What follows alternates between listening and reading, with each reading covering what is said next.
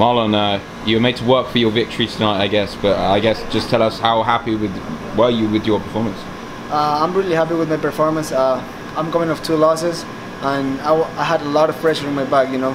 I was doing really well, then I failed, but I think those things sometimes are good at some point in your life because it make you appreciate more what you had before.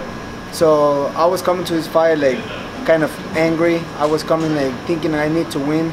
I'm having another daughter soon. I just get done with my daughter's surgery, so it was a lot of pressure and a lot of release at some point because I knew like now I just have to make money for just keep my family happy and do whatever I want. But my daughter's surgery was a big pressure on my back, and I think that is going to let me fight easier now because now it's not like I have to win because of that. Now it's win because of my family and because of myself and because of my team.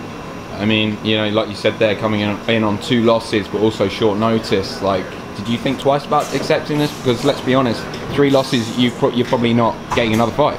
Yeah, of course. I'm real about it. 3 losses in this game, you most likely are over. And to me, it don't make sense to go fight in the local shows because I live here in California. It's really expensive. So I was coming to this fight. It's kill or get killed. And to be honest, I put a lot into the line. I spent a lot of my camps. I hired a new wrestling coach. I'm working with Daryl Christian, which is TJ's coach too. I'm training a little bit with them. I'm still with Tinoyama. They make a beautiful job with me too. But I used to start looking forward, getting better, and just put more time on me. Just put time going one-on-one with this coach, going one-on-one with that other coach, and my management just called me one day and said, "Hey, you want to fight in 2 weeks?" I'm like, "Fuck yeah, let's do it. I'm ready." I mean, you've been going back and forth recently with Nathaniel Wood online, the British guy. Yeah, I know. Is that actually you? Is that your management? Are you No, really actually going back my and forth? manager will never tell me call somebody out. He called me out because I beat Pickett, so he want to fight everybody who beat Pickett. I think I respect a lot of Pickett. You know, after I beat him, I wasn't cocky, I wasn't angry, I wasn't saying anything stupid in the mic. I tried to give him his moment because he was retiring. But now this kid just come here and say, like, "Hey, I want to fight you because you beat my coach, my daddy, whatever." He's like, "You want to fight? Shut the fuck up and make the agreement." My manager is right there. He's on for a fight. My team is on for a fight. But I'm not a guy that I'm looking for some specific guy. I'm just trying to fight. Whoever is in front of me, I will go and fight. And I'm always down to fight. I'm not running away with nobody. If the fight is tough, I ready for Lineker. He's probably one of the scariest guys in the division. Whatever, he got 2 hands, 2 legs like me. It is what it is. It's a fight game. What surgery did your daughter have? My daughter born with something called Mobius syndrome. She cannot move the muscles in the head because when she born, 2 nerves in the left or right side. I'm not really sure. My wife is the one who knows everything.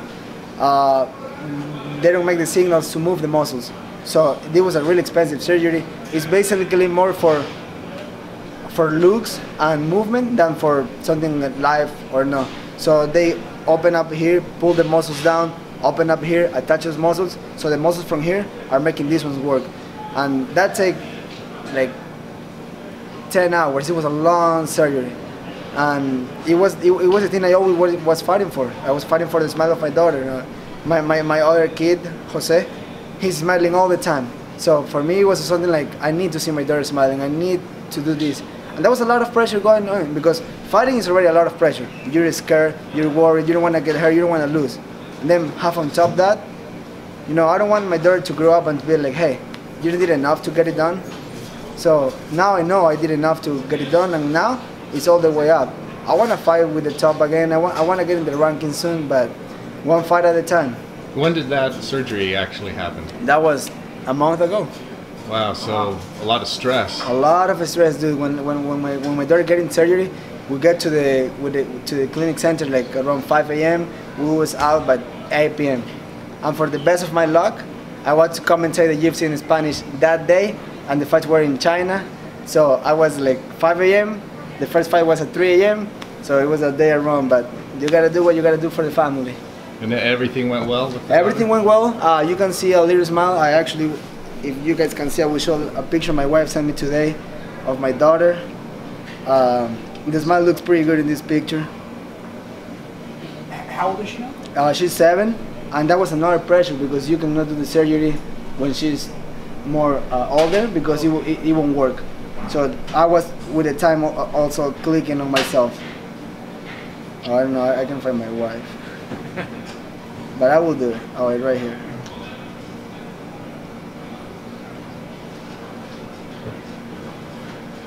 Is your daughter here in the arena? My daughter's here. I will bring her later if you guys can see. She have a little smile right there. Can you hold it just still for a second?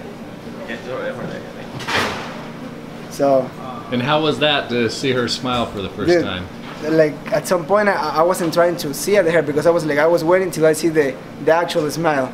So I was trying to don't get excited at the beginning when it's a little, but when my wife told me this morning this, I was like, I'm going to war. Like I'm going to, somebody's going to bleed, somebody's going to go down.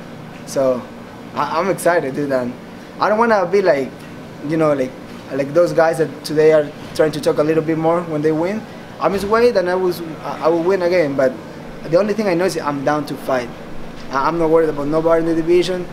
If they see me the agreement, trust me, I will say yes and I will put in a show as always. Marlon, you trained a little bit with TJ and Cub for this fight. What adjustments did you make and what was it like training with those guys? Well, training with them, it was something big for me. You know, spar with TJ, spar with Cub. Actually, me and Cub were sparring more because he was fighting Moicano, a tall, lanky guy, and I was fighting this guy that these guys put a lot of pressure on me. So I was trying to move with them, and I feel I grew up a lot. They take me to deep waters, and it's just great. TJ was really nice to me, and my boy is about to knock the guy out. That's amazing. But it was great. It was a great experience.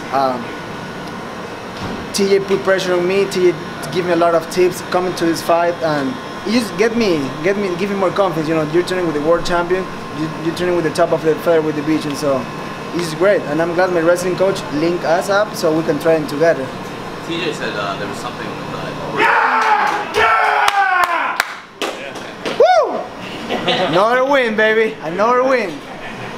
Alex is your winning training partner. Yeah, he's my training partner for Tino Yama. He get it done.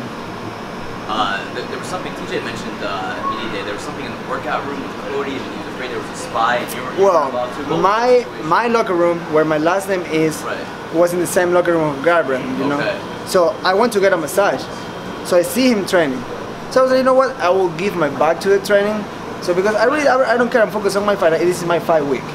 And then I just hear somebody saying like, hey, that boy cannot be here. So I don't pay attention. And then he says like, oh, he's training with TJ. So when I turned around, I was like, hey, what's the problem? I'm not even looking at you. No, you cannot be here. And I was like, my name is in the locker room.